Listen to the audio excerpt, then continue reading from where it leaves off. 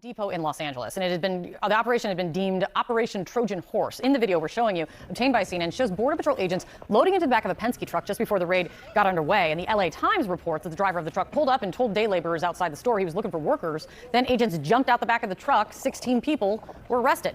Now, Penske, the company, actually put out a statement about all of this, saying in part that the company was not made aware that its trucks would be used in the operation and does not authorize this. Less than a week ago, an appeals court actually blocked the Trump administration from indiscriminate immigration stops and arrests, and the mayor of Los Angeles says, with that in mind, they plan to fight back. John? All right, new this morning, President Trump says the White House plans to release new rules and regulations on migrant farm labor. Trump officials have been grappling with the consequences of the immigration crackdown, the implications that it means for agriculture. With us now is John Boyd Jr., founder and president of the National Black Farmers Association. Thanks so much for being with us. What has the impact been on your farm or the president's policies? Well, it's been rough this year, John, and we're hearing from farmers all around the country. Bankruptcies are on the rise, and farmers are asking, Boyd, am I going to be able to stay in my home or keep my home if they file bankruptcy? Farm suicides are up. And the president's tariffs have put this country in complete turmoil for America's farmers. And really, John, it's a state of emergency for America's farmers because right now we're still selling corn, wheat, and soybeans at dramatically low prices because the markets have plummeted. Because every other day, the president makes another announcement about tariffs. The only thing we still do in this country better than anybody around the world, and people can debate me on this, is produce corn, wheat, and soybeans. When it comes out of our field, it's ready to be shipped to China or corn in Mexico. And the president is negotiating on this because he knows this is the only thing that America produces, and he's gambling with America's farmers' lives. What impact have immigration policies had on your farms? The White House now apparently considering a policy, maybe a touchback policy, where migrants who are in the country illegally can cross the border but come back. What are you seeing?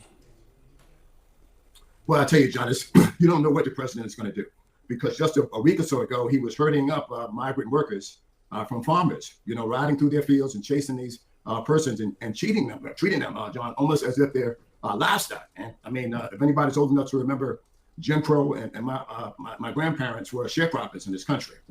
They didn't want to pay them. And now they're using this particular population to do the same. And I believe that this is inhumane treatment to say 1 week they have to leave the country, and now because farmers need the labor, or they have to come back. These persons have been doing this type of work for a very, very long time on these farms, harvesting tobacco and other commodities around the country with no problem. These weren't criminals and all the things that the president says they are. These are hardworking people that are doing the work that many of us in our own country don't want to do, John. Yeah, actually, let me play a little bit about what the president said about that. Listen. People who live in the inner city are not doing that work. They're just not doing that work. And they've tried, we've tried, everybody tried.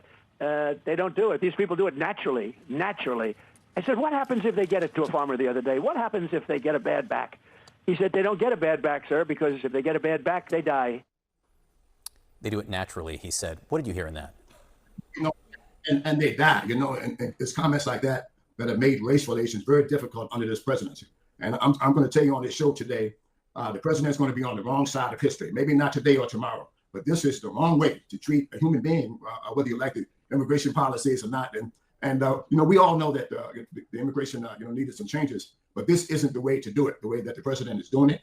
And like I said, he makes one statement today and tomorrow he says something totally different. But in this case, he's affecting his base. The very people who voted for him, in this case, John, are large-scale white farmers in those red states that you've just been mentioning, who overwhelmingly voted for this president, are going to be on the auction block and come this fall because they won't be able to sell and keep their farm at poor grain prices, $4 for corn, $5 for wheat, and $10 for soybeans. You will not be able to make it with the highest input costs per acre than we face in my whole 40 years of farming. This is the worst period I've seen since I've been farming since 1983. And people old enough to remember the great 80s and what it did to America's farmers. The president, the new tariffs did go into effect today. If they stick, if there is consistency, will that make your situation better? Well, the tariffs didn't work the first time the president did it, John. When he imposed these tariffs on China, they started buying soybeans from Brazil. And in fact, the market never did come back for us. The first time the president came into office, John, I was selling soybeans for $16.80 a bushel. It plummeted all the way down to $8 a bushel, and the market never came back with his imposed tariffs on China. And I don't believe it's going to come back now because we haven't created new markets for America's farmers. John Boyd Jr., great to talk to you this morning. Thanks so much for your time. Appreciate it. Have you been injured due to a slip, trip or fall in the last 3 years? If the answer is yes, then you need to keep watching this video. If you suffered from an injury that wasn't your fault, you could be owed thousands of pounds in compensation. It takes just 30 seconds to see if you've got a claim. And if after that you'd like to start, all our claims are on a risk-free, no-win, no-fee basis. So you've got nothing to lose. Whatever the injury, click below and answer a few simple questions to get started.